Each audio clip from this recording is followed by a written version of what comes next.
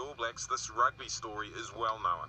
But the Barretts are opening up about Zara to raise awareness about Down syndrome. What's the house? Who was your best brother? You too. Yeah. It's always the brothers that are with her who are the favourites at the time. No, it's awesome. She's so honest and we love that about her.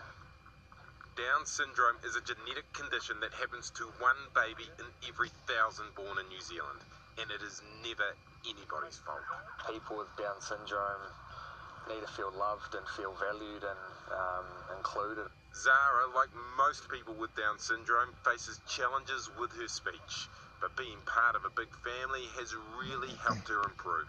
For Zara, we've just treated her normal the whole time. I think inclusiveness is massive for any Down syndrome person in New Zealand. The Barretts are dairy farmers in Pangarehu in coastal Taranaki. They say the key to raising the All Blacks, Bode and Geordie and Scott, as well as giving Zara a great life, has been treating everyone equally. She's funny, cheeky and very honest, so if you're playing up, she'll tell you. Being a lovely brother, she'll tell you that too. I'm doing swimming next week. Oh, swimming starting? Yeah. Not everyone with Down syndrome is so lucky, and almost all of them need one-on-one speech therapy, which actually receives no government funding.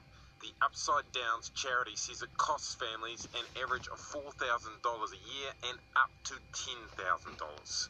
It's so important so they can feel included in conversation and social circumstances, just so they can feel involved and feel that they have value. So the Barretts are working with Upside Downs to fundraise so others can get the therapy they need and give them the gift of speech. Zara, without speech, couldn't keep us honest, couldn't share her views and points and show and tell us how much she actually loves us and cares about us and supports us, so it's super special that she can do that. You're awesome, eh, Zazie? Stuff for you. This ordinary Kiwi family, all of them capable of extraordinary things. Now, the mother of the Barretts, Robin, didn't really want to feature in this story. She wanted the focus on Upside Downs, but at one point she handed me this beautiful note, and it is too powerful not to share. It says, Zara brings us all love, loyalty and honesty in its purest form. Zara has taught us all to focus on the things in life that really matter.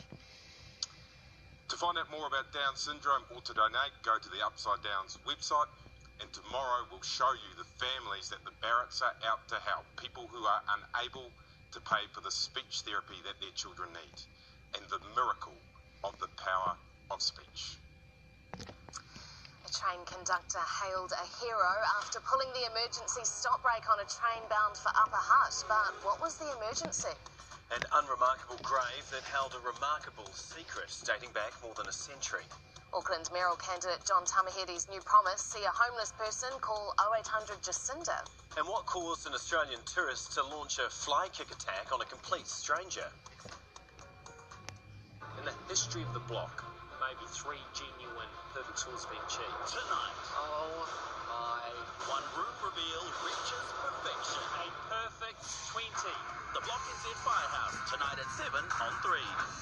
As an astrophysicist, I get to basically research and try and find another planet for future generations to live on. Hey? I'm really proud of what I've achieved in my career so far, but at the end of the day, you can't have a couple with a PhD. I can't believe you're smart. That's so exciting. I'm here to find the love of my life. I want the forever thing. I really hope the stars align and I meet the girl of my dreams. Magnum Tubs brings you The Bachelor Australia, starting Tuesday, 8:30 over on Bravo. Some live for moments, but others live for the in-between. The twos and froms. It's where we find freedom. The thrill. Possibilities. We don't wait for the moments. We just enjoy the drive. The Mazda CX range. Now with no deposit, interest-free finance. The Godfrey Hirst and Feltex nationwide sale is now on, with unbelievable And unbeatable prices on carpet and hard flooring. Visit the Godfrey Hirst or Feltex website to find the store closest to you. And it's mostly made right here in New Zealand. Observe new Listerine Go Tabs. It's a tab that turns into liquid as you chew. Then you swish, swallow, and that is whole mouth fresh for up to 3 hours. Get whole mouth fresh with new Listerine Go Tabs. Only Mitsubishi Electric Black Diamond Series heat pumps feature advanced plasma quad filtration, cleaning air with up to 99% effectiveness so you can breathe easy. It's our best heat pump ever.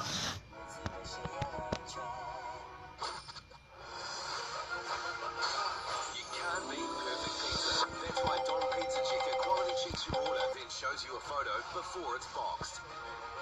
Test us with any large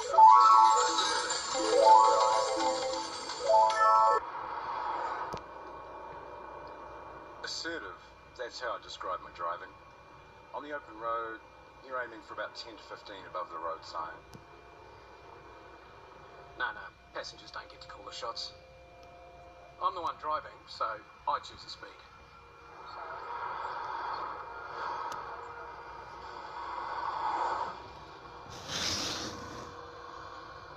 If you want to drive, then you can drive. That's what I always fire back. I just don't understand how you can drive quickly and safely.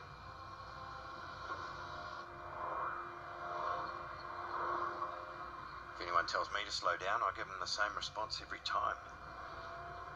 My car, my rules.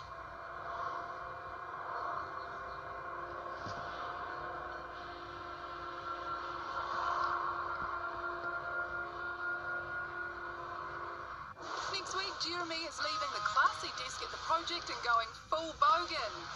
Doesn't look quite right, does it? Bloke like this with a long black. It's actually Americano. It's got extra hot water. Well, nearly. Next week at 7 on the project. Welcome back. The government plans to spend $12 million helping clean up New Zealand estuaries. The Kaipara Harbour will be the first, with some farmers there already pushing to improve farm practices. Emma Cropper reports. It's one small kowhai tree. It's actually a homegrown kowhai. But part of a giant plan to unclog New Zealand's polluted waterways. The more people are aware of what needs to happen, the more it's going to start changing mindsets and getting things happening.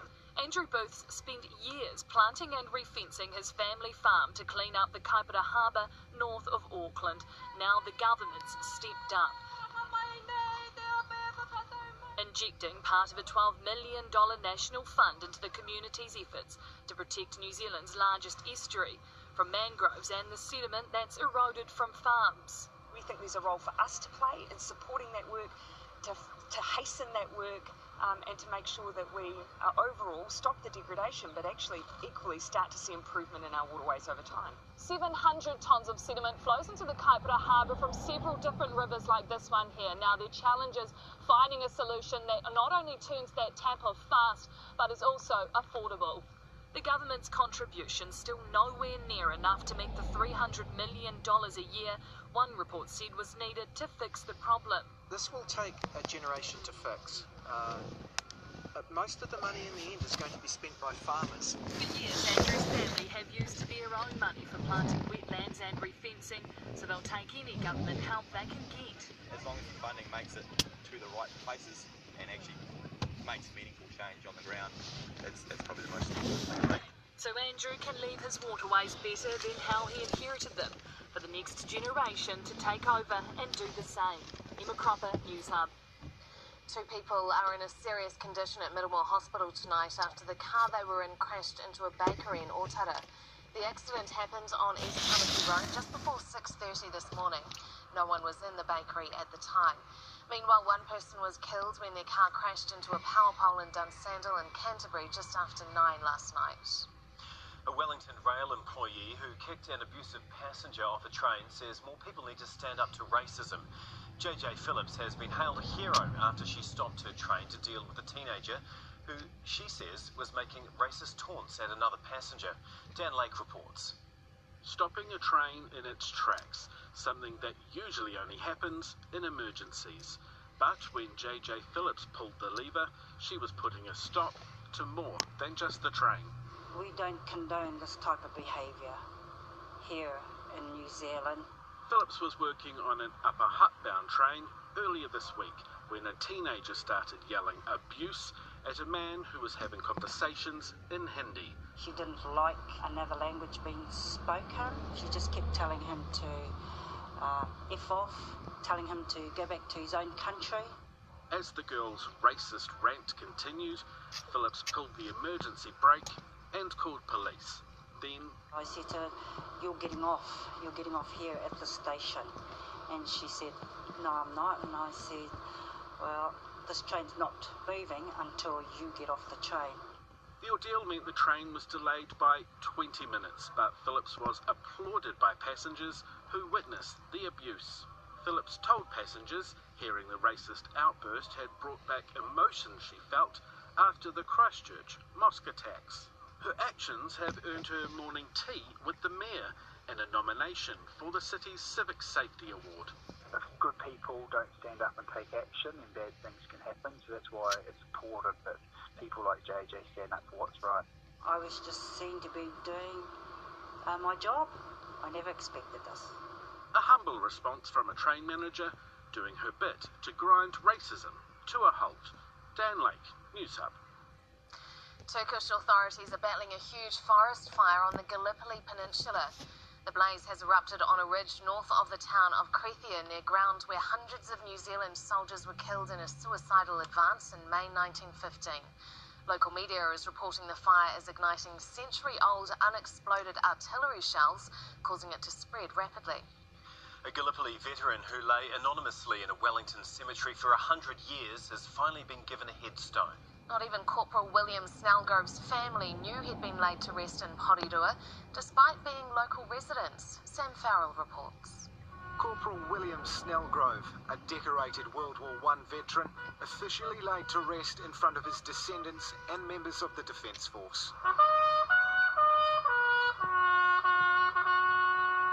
Born in the UK, Snellgrove was evacuated from the Great War in 1915 with dysentery and defective vision.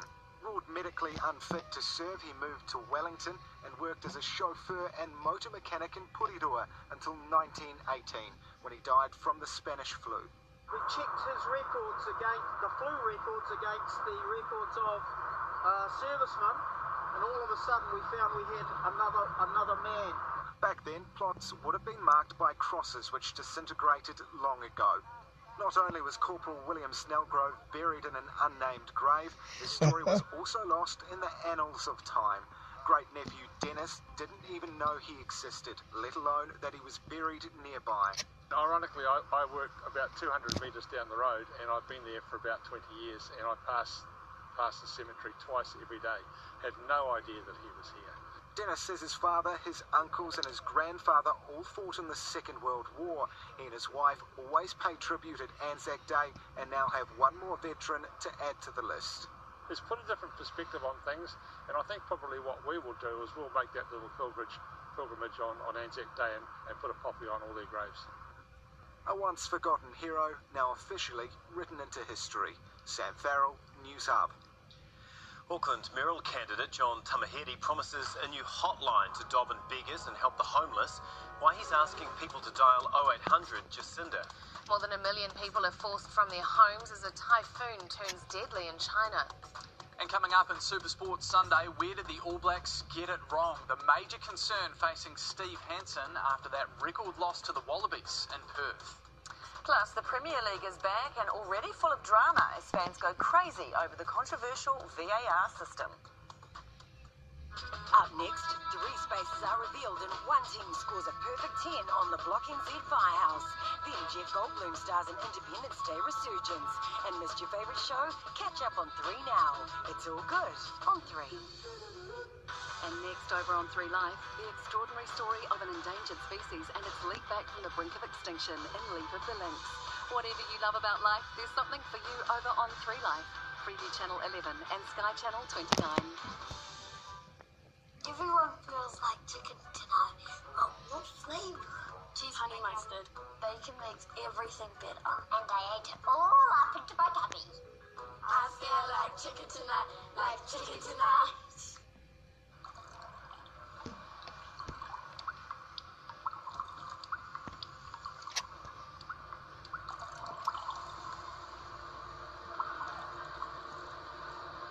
Water. Only clean emissions come from a Hyundai Nexo.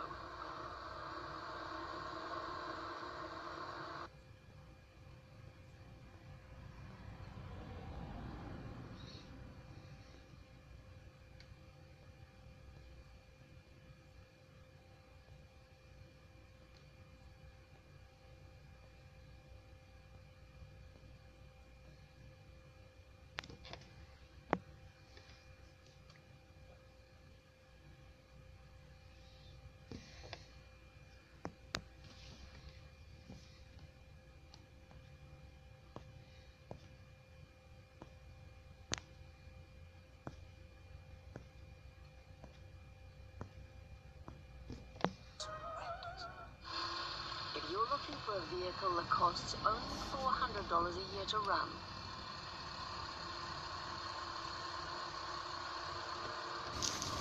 that's Hyundai Kona EV technology.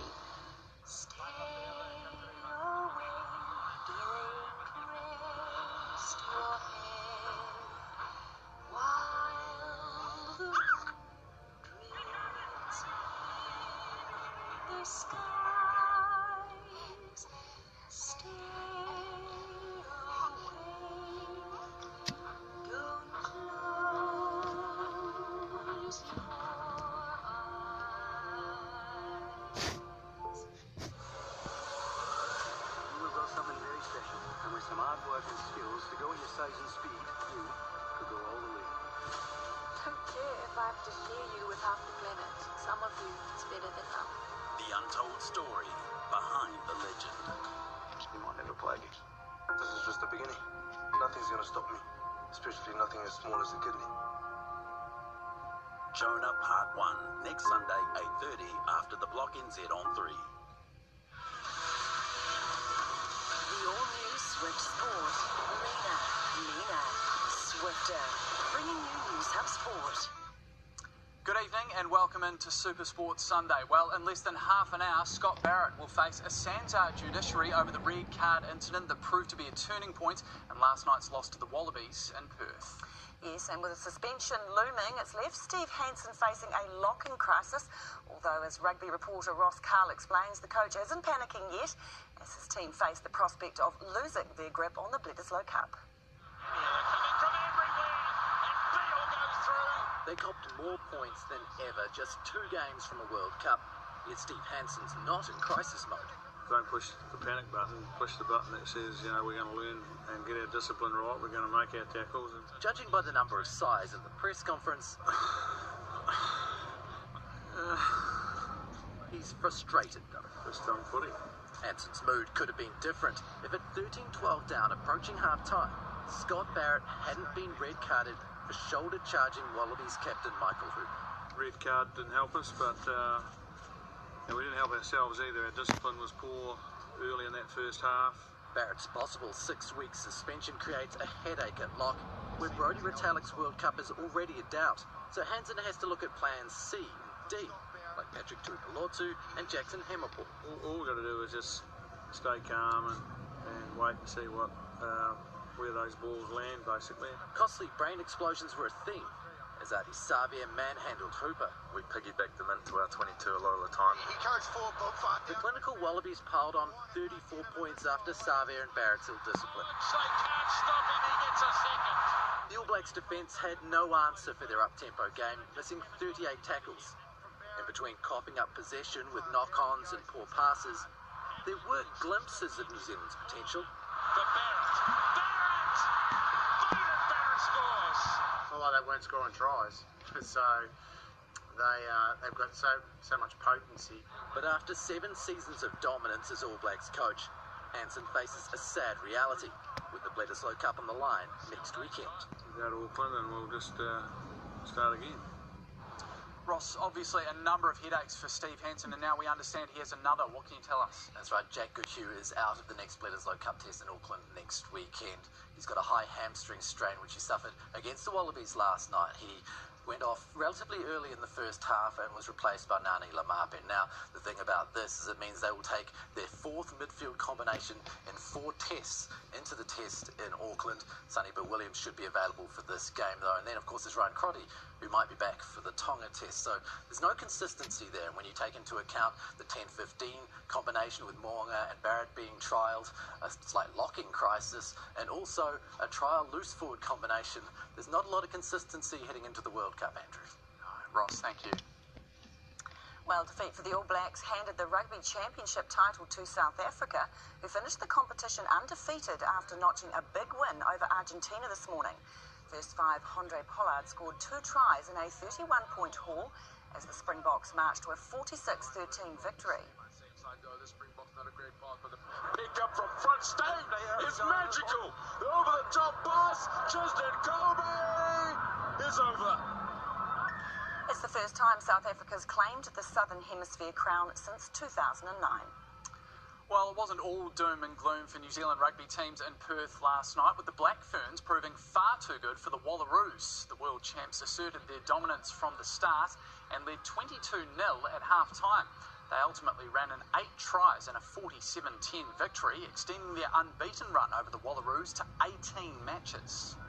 Four-hipper ball out wide for Lettieg, and now she puts the foots out, gets a bit of a shot from Salika Winiata, I think, and it's just opened up the gap. We wanted to play a fast game, and we knew that there were opportunities out wide, and then with what we've got on the edges as well, pretty exciting players. So I thought the forwards did really well to get good platform ball to set our backs up. The two teams meet again next weekend in Auckland ahead of the Bledisloe Cup decider at Eden Park.